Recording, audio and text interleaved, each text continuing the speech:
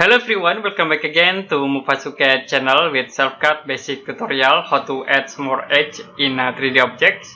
For example, in here I will insert cylinder objects, and then if you want to add more edge in these objects, like I will add in this top face, you can click a polygon option, and then you can select this face. The next you can use insert command to create edge in this face. Okay, like I will move to the top here, and then you can click OK. So we already create new edge in here. To create a new edge in the side of these models, we can use another option. Okay, you can use this option add details, and if you select from this point, it will be create edge in here. Okay, you also can set in edge option, and then you can click automatic loop of finding, and you can create edge like in here.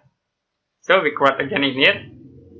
To edit this edge, you can use vertex command. You can click here vertex, and then you can click this wireframe view. So we can select this edge. The next we change again into mesh plus wireframes, and then we can move to the bottom. Okay, to this point. And now we already edit or move this new edge to the bottom here. You can close this move command. You also can select in face option, and you can select this face. Select again in here, and you can press the delete button to cut this selected face. Yes.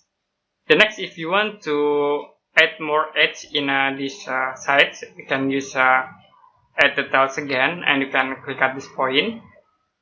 So it's very easy to create more edge in here. So like we can select in this face, we select again in here,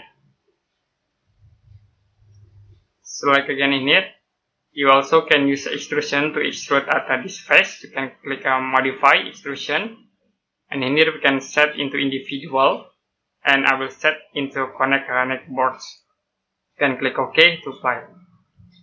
So very easy to add more edge in 3D model with SelfCAD by using this option insert, or you can use add details. Okay, enough today for SelfCAD basic tutorial how to add more edge in 3D objects. If you have any question about this tutorial, you can comment below this video.